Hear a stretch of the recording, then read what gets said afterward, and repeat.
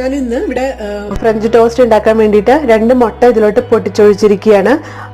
ഈ French toast കുട്ടികൾക്ക് tiffin box ആയിട്ട് നിങ്ങൾക്ക് കൊടുക്കാം, അല്ലെങ്കിൽ സ്നാക്ക് ആയിട്ട് കൊടുക്കാം. നമുക്ക് പെട്ടെന്ന് ബ്രേക്ക്ഫാസ്റ്റ് ഉണ്ടാക്കാൻ വേറെ ഒന്നുമില്ലെങ്കിലും ബ്രെഡും മുട്ടയും ഉള്ളെങ്കിൽ വേഗം അത് ബ്രേക്ക്ഫാസ്റ്റ് ആയിട്ട് ഉണ്ടാക്കിയെടുക്കാൻ പറ്റും. അങ്ങനെ പെട്ടെന്ന് ഉണ്ടാക്കിയെടുക്കാൻ പറ്റിയ ഒരു റെസിപ്പിയാണിത്. ഇതിലോട്ട് ഇപ്പം ഞാൻ 2 മുട്ട പൊട്ടിച്ചൊഴിച്ചിരിക്കുകയാണ്. ഇതിലേക്ക് ഞാൻ ചേർക്കുന്നത് പൈനാപ്പിൾ എസൻസ് ആണ്. അപ്പം നിങ്ങൾക്ക് നിങ്ങളുടെ കയ്യിൽ പൈനാപ്പിൾ എസൻസ് ഉണ്ടെങ്കിൽ അത് ഉപയോഗിക്കാം, അല്ലെങ്കിൽ വാനില എസൻസ് ഉണ്ടെങ്കിൽ അത് ഉപയോഗിക്കാം.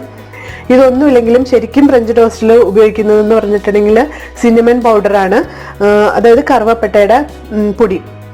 അതൊരു 1/4 ടീസ്പൂൺ ചേർക്കാം. അപ്പോൾ അതിൻ്റെ ടേസ്റ്റ് ഇഷ്ടമല്ല, നമ്മുടെ വീട്ടുകാരുടെ ഇഷ്ടം പോലെ നമ്മൾ എന്താണോ അത് ചേർത്ത് കൊടുക്കുക. നമുക്ക് വേണമെങ്കിൽ ഏലക്ക പൊടിച്ചത് ഒരു 1/4 ടീസ്പൂൺ ചേർക്കാം. അപ്പോൾ നമ്മുടെ വീട്ടിൽ കുട്ടികളുടെയും നമ്മുടെ ഇഷ്ടം എന്താണോ അതനുസരിച്ച് ചേർക്കുക. എനിക്കിവിടെ പൈനാപ്പിൾ എസൻസ് ചേർക്കാനാണ് ഇഷ്ടം, അതുകൊണ്ടാണ് ഞാൻ അത് ചേർക്കുന്നത്. അപ്പോൾ നിങ്ങൾക്ക് പൈനാപ്പിൾ എസൻസ് അല്ലെങ്കിൽ vanilla essence or cinnamon powder or ഏലക്ക കാർഡമം പൗഡർ ഇത്രയും നിങ്ങൾക്ക് ചേർക്കാം കേട്ടോ. ഇത് ഒന്നും ചേർത്തില്ലെങ്കിലും നമുക്ക് ഈ ഫ്രഞ്ച് ടോസ്റ്റ് ഉണ്ടാക്കാൻ പറ്റും. ഞാനൊരു 1/4 ടീസ്പൂൺ പൈനാപ്പിൾ എസൻസ് ചേർക്കുകയാണ്. വളരെ കുറച്ച് മാത്രം മതി, ആ മുട്ടയുടെ ഒരു മണം മാറി കിട്ടാനാണ്. അപ്പോൾ അത് കുഴപ്പമൊന്നുമില്ലാത്തവർക്ക് ഇതൊന്നും ചേർക്കേണ്ട ആവശ്യമില്ല. 2 മുട്ട എടുക്കുക, അത്ര മാത്രം ശ്രദ്ധിച്ചാൽ മതി. ഇനി നമുക്കിതിലോട്ട് 2 ടേബിൾ സ്പൂൺ പഞ്ചസാര ചേർക്കുകയാണ് ഞാൻ. ഇപ്പോൾ എനിക്ക് കുറച്ച് മധുരം താല്പര്യമുണ്ട്, അതുപോലെ തന്നെ കുട്ടികൾക്കും മധുരം താല്പര്യമാണ്. അതുകൊണ്ട് ഞാൻ കുറച്ച് കൂടുതൽ പഞ്ചസാര ചേർക്കുകയാണ്. നിങ്ങളുടെ താല്പര്യം അനുസരിച്ച് പഞ്ചസാര കുറയ്ക്കുകയോ കൂട്ടുകയോ ചെയ്യാം. ഞാൻ ഇങ്ങനെ 2 ടേബിൾ സ്പൂൺ പഞ്ചസാര ചേർക്കുകയാണ് ഇതിൽ. ഇനി നമുക്ക് ഒരു നുള്ളു ഉപ്പ് ചേർക്കാം കേട്ടോ. ഇത് ഓപ്ഷണലാണ്, ഒരു നുള്ളു ഉപ്പ് ചേർക്കാം ഇതിലോട്ട്. അപ്പോൾ പഞ്ചസാര വേണ്ട എന്നുള്ളവർക്ക്, അതായത് പഞ്ചസാരയൊക്കെ ഉപയോഗിക്കാൻ പറ്റാത്തവരുണ്ടാവും, അവർക്ക് ഈ സ്റ്റെപ്പ് അവോയ്ഡ് ചെയ്യാം. പഞ്ചസാര വേണ്ട, അതിന് പകരം കുറച്ച് ഉപ്പ് ചേർത്തിട്ട് ഉണ്ടാക്കിയെടുക്കുക. അപ്പോൾ ഇത് റെസിപ്പി നിങ്ങൾ മനസ്സിലാക്കുക, പിന്നെ നിങ്ങളുടെ ഇഷ്ടമനുസരിച്ച് എന്താന്ന് വെച്ചാൽ ചേർത്തോ അല്ലെങ്കിൽ അവോയ്ഡ് ചെയ്തോ ഉണ്ടാക്കുക. ഇതിലേക്ക് ഞാൻ 2 ടേബിൾ സ്പൂൺ പാലൊഴിക്കുകയാണ്. അപ്പോൾ ഇത് നല്ല സ്മൂത്തായി കിട്ടാനും സ്വാദ് കുറച്ച് കൂടാനാണ് ഇതിലോട്ട് പാല് ചേർക്കണം. നമ്മൾ ഓംലെറ്റ് ഒക്കെ ഉണ്ടാക്കുമ്പോൾ ചില സമയത്ത് പാല് ചേർത്തിട്ടുണ്ടെങ്കിൽ നിങ്ങൾക്ക് അത് മനസ്സിലാവും. കുറച്ച് പാല് ചേർത്താൽ മനസ്സിലാവും, നല്ല സോഫ്റ്റും നല്ല ടേസ്റ്റും കൂടും ഓംലെറ്റ് ഒക്കെ ഉണ്ടാക്കുമ്പോൾ. അതുപോലെ തന്നെ ഇതിൽ നമ്മൾ കുറച്ച് പാല് ചേർക്കുകയാണ്. അപ്പോൾ ഈ സ്റ്റെപ്പും ഈ പാല് ചേർക്കുന്നത് ഇഷ്ടമില്ലാത്തവർക്ക് അവോയ്ഡ് ചെയ്യാം കേട്ടോ. ഇനി നമുക്കിത് നന്നായിട്ട് ഇത് കലക്കണം. ശരിക്കും ഇത് നന്നായിട്ട് മിക്സ് ആക്കണത്.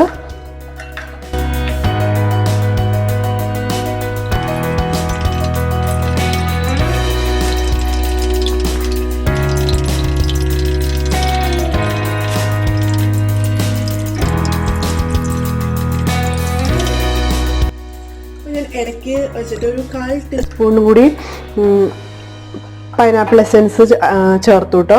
പിന്നെ ഒരു ടീസ്പൂൺ പഞ്ചസാരയും കൂടി ചേർത്തു. കാരണം ആ പൈനാപ്പിളിൻ്റെ മണം കുറച്ചും കൂടി കിട്ടാൻ വേണ്ടിയിട്ട് ഞാൻ ചേർത്തു, അല്ലെങ്കിൽ കുട്ടികൾക്ക് ഇവിടെ അത്ര ഇഷ്ടാവില്ല.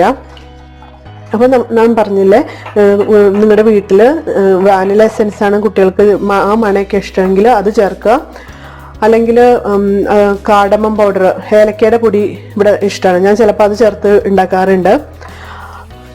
അപ്പോൾ അല്ലെങ്കിൽ കറുവപ്പട്ടയുടെ പൊടി ചേർത്ത് ഉണ്ടാക്കുക.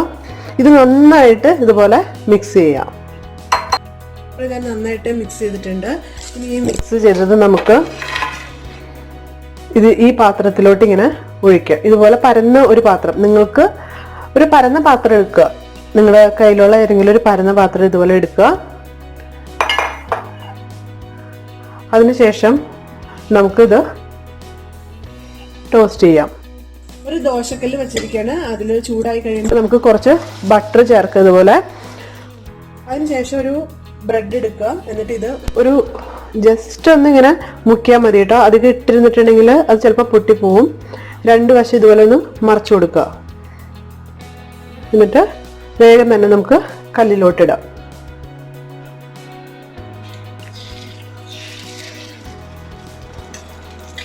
അപ്പോൾ ലോ ഫ്ലെയിമിലായിരിക്കാൻ ശ്രദ്ധിക്കണം കേട്ടോ.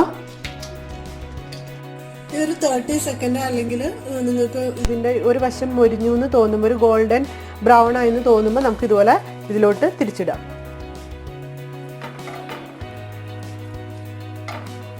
പതുക്കെ ഇതുപോലെ ഒന്ന് അമർത്തി കൊടുക്കാം കേട്ടോ. അപ്പോൾ ഇതിൽ മുരിഞ്ഞിട്ട് ഒരു പ്രത്യേക ടേസ്റ്റ് കിട്ടും. അത് നിങ്ങളൊന്ന് ചെയ്ത് നോക്കണേ. ഒരു 30 സെക്കൻഡ് മതി കേട്ടോ, പെട്ടെന്ന് അത് ആയി കിട്ടും കേട്ടോ.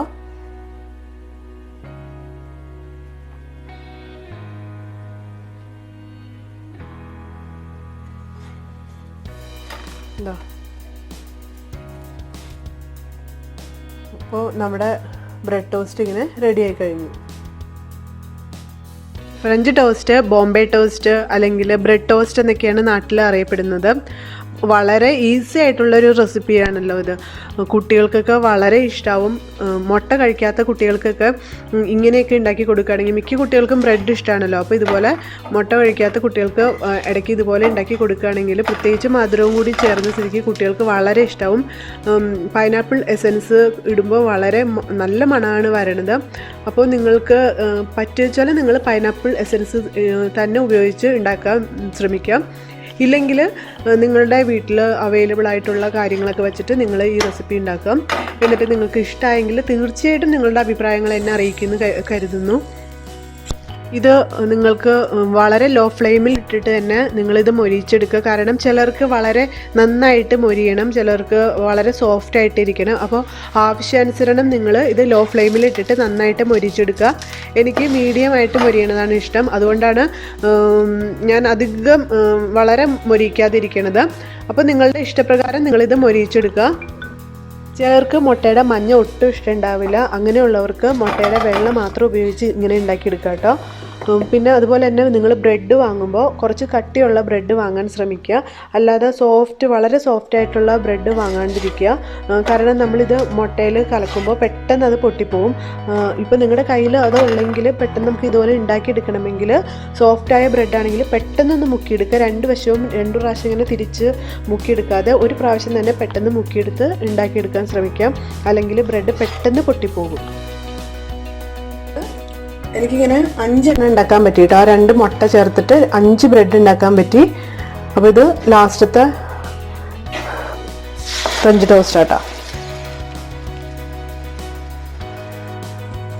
1-2 എണ്ണം ടോസ്റ്റ് ചെയ്യുമ്പോഴേക്കും പാൻ അല്ലെങ്കിൽ ദോശക്കല്ല് പെട്ടെന്ന് ചൂടാവും. അപ്പോൾ അതുകൊണ്ട് തന്നെ നമ്മൾ ഒരു വശം ഇങ്ങനെ വച്ചുകൊണ്ടിരുന്നിട്ടുണ്ടെങ്കിൽ പെട്ടെന്ന് അത് മുരിഞ്ഞു പോവും. അതുകൊണ്ട് പതുക്കെ ഒന്ന് തിരിച്ചിട്ട് നോക്കുക, അത് മുരിഞ്ഞിട്ടുണ്ടോ ഒരു സൈഡിൽ നിന്ന്. അത് മുരിഞ്ഞിട്ടില്ലെന്ന് തോന്നുകയാണെങ്കിൽ അത് തിരിച്ചും മറിച്ചിട്ടിട്ട് ഇതുപോലെ മുരിച്ചെടുക്കുക. അതുപോലെ തന്നെ ഇങ്ങനെ തിരിച്ചും മറിച്ചിട്ട് മുരിച്ച് എടുക്കുമ്പോൾ നിങ്ങൾക്ക് ആവശ്യമെങ്കിൽ ബട്ടറോ അല്ലെങ്കിൽ നെയ്യൊക്കെ ധാരാളം ഇതിൽ പരട്ടാട്ടോ. അങ്ങനെ നമ്മുടെ 5ാമത്തെ ബ്രെഡും ടോസ്റ്റ് ചെയ്ത്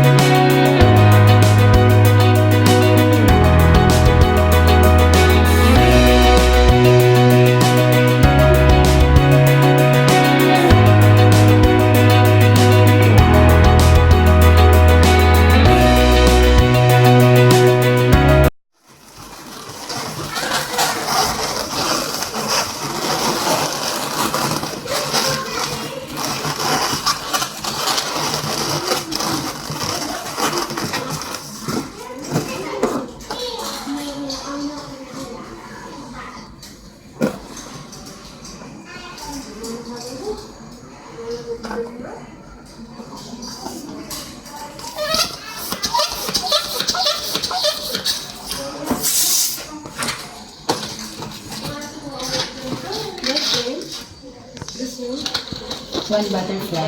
Yeah.